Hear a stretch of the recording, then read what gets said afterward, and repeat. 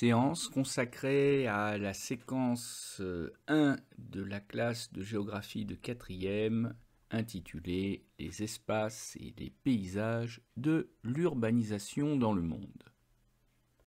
Et aujourd'hui, après avoir étudié une grande mégapole d'Amérique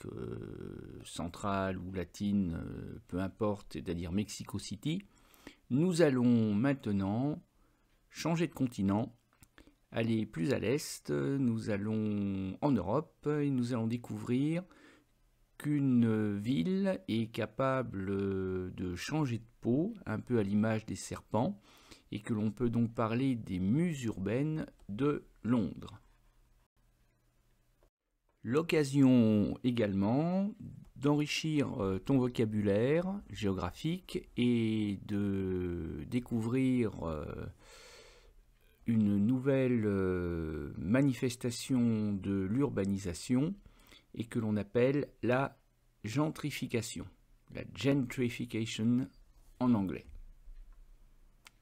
Et la question sera, de quoi s'agit-il au juste ? Et donc, la problématique de la séance, elle tombe sous le sens, elle n'est pas difficile à formuler. En quoi les muses urbaines de Londres offrent-elles des exemples de gentrification des quartiers concernés ? Tu vas maintenant découvrir que les Jeux Olympiques de Londres 2012 ont été la providence du quartier de Stratford. En effet, en juillet 2005, Le Monde apprenait que le Comité olympique international avait préféré Londres à ses autres rivales, et notamment Paris, pour organiser les Jeux Olympiques de l'été 2012. Et donc, pendant que les Parisiens pleuraient, eh bien, les Londoniens faisaient la fête parce que c'était aussi symboliquement le passage de témoin entre Londres et sa rivale Paris, Londres qui venait de détrôner, pour ainsi dire officiellement, Paris, de déboulonner Paris de sa place de première métropole d'Europe. Parce qu'en obtenant les Jeux Olympiques d'été 2012, Londres devient la capitale non seulement du continent européen, mais devient la capitale mondiale sur le plan sportif et médiatique. Pour tout un mois, les caméras du monde entier seront braquées sur Londres 2012, c'est une évidence, et les retombées économiques vont se manifester pendant des années avant et après l'événement sportif lui-même. Donc ça mérite bien que l'on pavoise le célèbre Tower Bridge sur la Tamise aux couleurs des anneaux olympiques. Et ça explique aussi cette très curieuse, construction métallique qui est censée rivaliser avec la Tour Eiffel de Paris, parce qu'encore une fois, Londres et Paris se livrent un éternel bras de fer en Europe pour ce qui est de la première place des métropoles européennes. Et là, très clairement, avec l'obtention des Jeux Olympiques de 2012, Londres a frappé un grand coup et a triomphé de sa rivale parisienne. Les Jeux de Londres 2012 sont donc une magnifique occasion, rarissime, de permettre à la ville de briller de mille feux à l'échelle mondiale et de faire oublier, par exemple, les émeutes urbaines de l'été de l'été précédent l'attribution des Jeux en 2004, qui avait vu la ville faire l'actualité mondiale, mais pour des raisons évidemment beaucoup moins positives, et qui avait même pu avoir un impact défavorable sur le tourisme, parce que quand les touristes du monde entier voient que la rue n'est pas sûre, qu'il y a des émeutes urbaines, que des voitures flambent, que des voyous affrontent la police, forcément, un certain nombre de touristes se disent qu'ils iront passer leurs vacances ailleurs qu'à Londres. Alors, outre le fait que tous les sites olympiques ne sont pas néanmoins situés à Londres même, et qu'un certain nombre de sites vont être délocalisés sur toute la Grande-Bretagne, mais c'est la même chose d'ailleurs avec Paris 2024 qui verra des épreuves se dérouler à Marseille et d'autres même carrément du côté de Tahiti. Par contre, ce qui est vrai, c'est que l'essentiel des activités des Jeux Olympiques se déroule malgré tout à Londres, et que 3 espaces sont privilégiés par les organisateurs de Londres 2012, à commencer par évidemment ce qu'ils appellent la zone centrale, c'est-à-dire le quartier historique, le quartier privilégié, celui qui a fait la renommée de Londres, qui attire les touristes depuis déjà longtemps. C'est la zone des grands monuments historiques. On est très près de la City de Londres, mais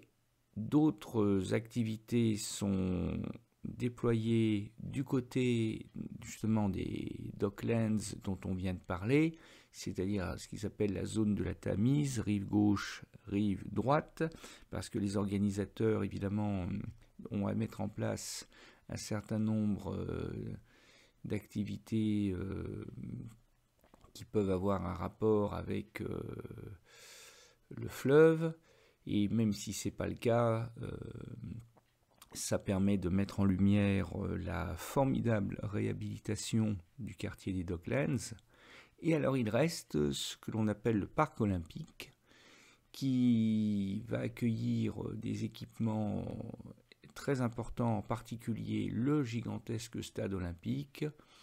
la piscine géante, celle qui verra Florent Manodou briller de mille feux à l'occasion des Jeux de 2012, et le village olympique, c'est-à-dire le village des athlètes. Et c'est un village qui n'est pas éphémère, comme tu vas le voir dans une vidéo que tu vas pouvoir découvrir dans un instant.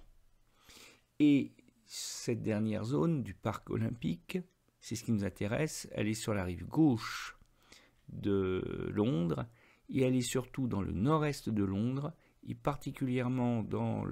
l'arrondissement, le quartier de Stratford. Et c'est pas pris c'est pas n'importe quel endroit de Londres, c'est l'endroit le plus défavorisé, le plus pauvre de la ville et pratiquement du pays. Et si le choix de prendre le quartier, la zone la plus défavorisée de Londres pour organiser les Jeux Olympiques peut te surprendre, eh bien, en réalité, ça n'est pas si surprenant que cela, parce que c'est une formidable opportunité qui ne se reproduira pas avant peut-être un siècle. C'est une formidable opportunité pour les pouvoirs publics britanniques et londoniens de changer la donne, de faire table rase du passé, parce que les retombées économiques des Jeux Olympiques, parce que au bout du bout c'est toujours une question de pognon, sont telles que les pouvoirs publics vont injecter des milliards de livres sterling, ou du moins des dizaines de millions de livres sterling, que ces pouvoirs publics n'auraient évidemment pas injecté dans l'aménagement du territoire londonien si les Jeux Olympiques s'étaient déroulés ailleurs. Et donc Paris est sur la même logique, le gouvernement français et Paris sont sur la même logique pour 2024, puisque c'est le département de Seine-Saint-Denis qui est collé à Paris qui va accueillir le village olympique, Et justement, le fameux 9-3 est le département le plus pauvre de France, celui qui a l'image la plus répulsive, la plus négative, hein, celle de la misère et des racailles. Donc c'est l'occasion, là encore, de ne pas privilégier les riches qui ont déjà tout, mais d'essayer de profiter des Jeux Olympiques pour dynamiser l'économie, le tissu économique et social d'un territoire particulièrement défavorisé. Alors je t'invite à visionner ce reportage de 2019 qui fait le bilan 7 ans après le déroulement des Jeux Olympiques, le bilan de la transformation de l'aire urbaine londonienne par les Jeux Olympiques et l'héritage laissé à la ville de Londres par les JO de Londres 2012 et plus particulièrement dans le quartier de Stratford. Alors, juste une petite précision, puisqu'on parle de géographie et que les géographes ont un vocabulaire spécifique. Ce reportage, au fond, est bâti sur la question suivante. Londres a-t-il construit des éléphants blancs à l'occasion des Jeux Olympiques ou pas? Et alors, tu peux te demander ce que viennent faire des éléphants blancs dans les Jeux Olympiques de Londres, mais il faut savoir que les éléphants blancs, c'est ainsi que les géographes appellent des équipements, des infrastructures très coûteux, massifs, volumineux aussi, qui prennent beaucoup de place dans une ville et qui ne servent qu'une fois et qui ensuite peuvent éventuellement, certainement coûter très cher en entretien. Et cette expression des éléphants blancs a pris toute sa vigueur après les Jeux Olympiques d'Athènes de 2004, qui ont vu l'État grec et la ville d'Athènes se lancer dans des constructions gigantesques, stade olympique, piscine monumentale, bref, des infrastructures destinées à étonner le monde, hein, c'était le but, puisqu'encore une fois, les Jeux Olympiques constituent une formidable vitrine pour un pays et une ville pendant un mois à l'échelle mondiale. Mais le problème, c'est que les organisateurs n'ont pas prévu l'après-Jeux Olympiques, qui durent quand même donc qu'un mois, et les Grecs se sont retrouvés avec des équipements qui n'avaient plus la moindre utilité, et qui tombent en ruine, très rapidement d'ailleurs, faute d'entretien, parce qu'on n'a pas non plus prévu le budget pour l'entretien de ces équipements, qui se transforment en friches urbaines et parfois en cœur de ville. Hein, et comme ce sont des infrastructures gigantesques, elles ne passent pas inaperçues dans le paysage. Et en fait, ça veut dire que les Jeux Olympiques de 2004 pour Athènes et pour les Grecs se sont peut-être bien déroulés, mais que l'héritage laissé par ces Jeux Olympiques est un véritable fiasco, un gouffre financier. C'est ce que veulent éviter à tout prix les Londoniens en 2012, c'est ce que veulent éviter les Parisiens en 2024. Et c'est l'objet d'un film, parce que tu dois te demander ce que vient faire ce chien en plein milieu de l'écran. C'est une image tirée d'un film qui évoque justement ces fameux éléphants blancs d'Athènes, issus des JO de 2004.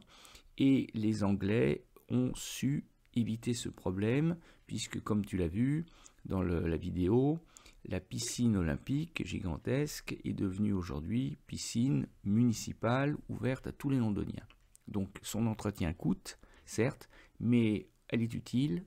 et surtout le coût de la piscine est probablement, je l'espère pour les Londoniens, couvert par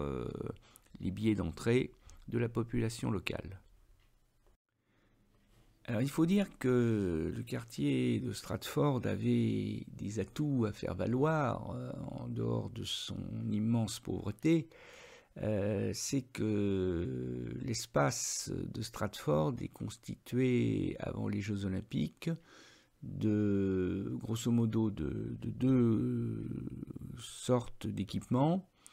soit des usines, des entrepôts et autres hangars industriels dont un certain nombre étaient désaffectés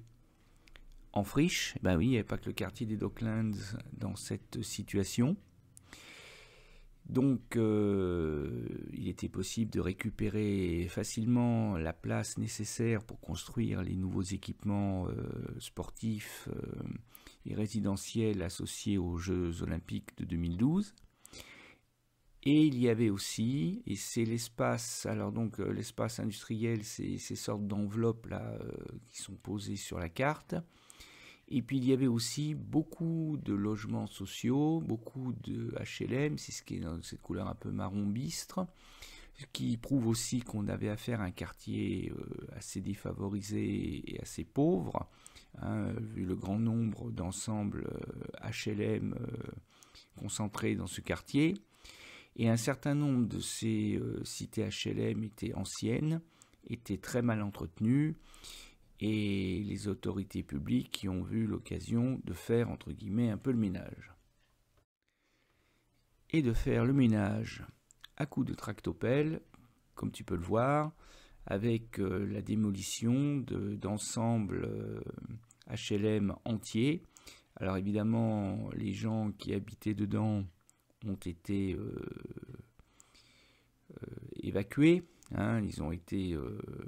relogés pour la plupart. Alors par contre, ils n'ont pas forcément été relogés dans le quartier même, parce que les autorités ont décidé de faire table rase du passé, et ça implique qu'il ne faut pas reconstruire à l'identique de ce que l'on vient de démolir. Et le fait est que le quartier a quand même changé d'allure, parce que certes, on n'a pas démoli toutes les cités HLM, hein, on voit qu'elles sont encore nombreuses. Par contre, si tu as en mémoire le plan d'avant, toutes les petites enveloppes ont disparu, c'est-à-dire que les espaces industriels ont disparu, puisque de toute façon ils étaient désaffectés, et on a construit à la place des équipements olympiques. Certes, mais ces équipements olympiques sont amenés pour un certain nombre d'entre eux à devenir des résidences de standing après les Jeux. Et donc cela veut dire, comme nous l'expliquait le reportage vidéo, qu'une nouvelle population va venir s'installer à Stratford, une population plus riche, et c'est la marque même de la gentrification dont on a déjà parlé avec le quartier des Docklands ou avec la station électrique de Battersea. Et l'immense centre commercial qui est construit en plein cœur de Stratford et qui remplace le petit centre commercial d'avant les Jeux, on te dit que c'est un équipement d'échelle régionale, mais en réalité c'est le plus vaste centre commercial du Royaume-Uni et un des tout premiers d'Europe. Ça veut donc dire que Stratford a changé de dimension, de même que la connectivité du quartier avec le reste de Londres a aussi été profondément améliorée avec la construction de lignes de métro flambant neuves. C'est la ligne Fuchsia qui traverse Londres depuis le centre-ville jusqu'à l'est, dans une moitié est de Londres. Et on voit que Stratford constitue maintenant un carrefour de communication à l'échelle du métro londonien, ce qui n'était absolument pas le cas auparavant. auparavant, Stratford était un peu mis de côté, carrément mis de côté. Bon, il était possible d'y accéder par métro, bien sûr,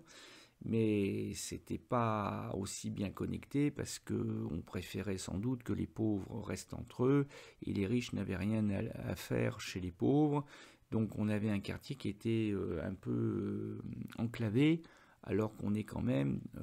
dans l'agglomération, dans une des principales agglomérations d'Europe. Et là, ça n'est plus du tout le cas. Il faut dire aussi que Stratford est géographiquement très proche des Docklands, hein, puisque, comme tu peux le voir, au sud de Stratford, il y a Canary Wharf, hein, et donc la City Bis de Londres. Donc, ceci explique aussi que Stratford soit devenu un carrefour des communications urbaines de Londres. Et puisque Londres a aussi organisé les Jeux paralympiques, la ligne de métro de Stratford, qui a été entièrement rénovée, hein, comme je viens de te le dire, est aussi la plus moderne en termes d'accessibilité pour les handicapés. Ce n'est pas le cas de toutes les lignes de métro de Londres, loin s'en faut. Comme le signale cette brève du média européen en date d'août 2012, c'est-à-dire au moment où se terminaient les Jeux Olympiques, on te signale que le village olympique va être reconverti en appartement et vendu l'an prochain. Le stade olympique accueillera des championnats du monde et puis ensuite sera, comme on l'a vu dans le reportage, sera le stade d'un club de Ligue 1 de Londres, le club de West Ham, qui assure une activité minimale pendant la saison de football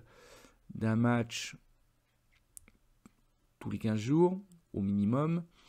Donc c'est ainsi que les Anglais ont évité de construire des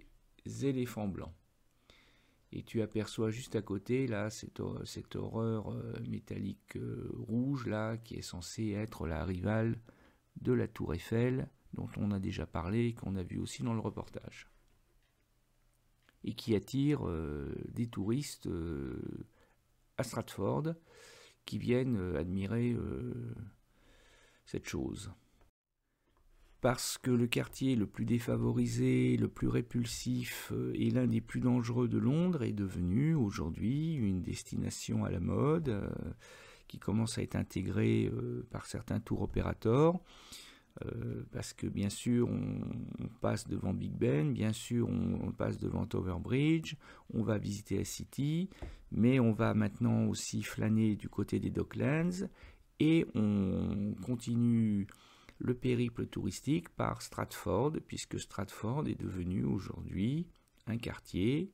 touristique fréquentable. Le nom de Stratford devient une fierté, d'autant plus qu'on peut y faire également du shopping, puisque, encore une fois, Stratford accueille depuis les Jeux Olympiques le plus grand centre commercial du Royaume-Uni, avec des boutiques plutôt haut de gamme, comme pour Battersea ou comme pour les Docklands, parce que, tout simplement parce que les gens qui visitent Londres, les touristes en général, ont les moyens d'acheter, et que la clientèle locale, c'est-à-dire les habitants du quartier, du fait de la gentrification, sont beaucoup plus riches qu'avant, et donc du coup c'est très bien pour les commerçants qui peuvent se permettre de monter également en gamme. Alors se pose la question de où sont passés les pauvres de Londres, où sont passés les pauvres du quartier de Stratford, ceux qui n'ont pas profité forcément de la dynamique économique des Jeux Olympiques de Londres, ceux qui se sont retrouvés finalement expropriés de leur logement, et bien déménagés de leur logement démoli. Et bien justement c'est la question à laquelle on va tâcher de répondre dans la prochaine séance consacrée à Londres mais aussi à Mexico. À bientôt.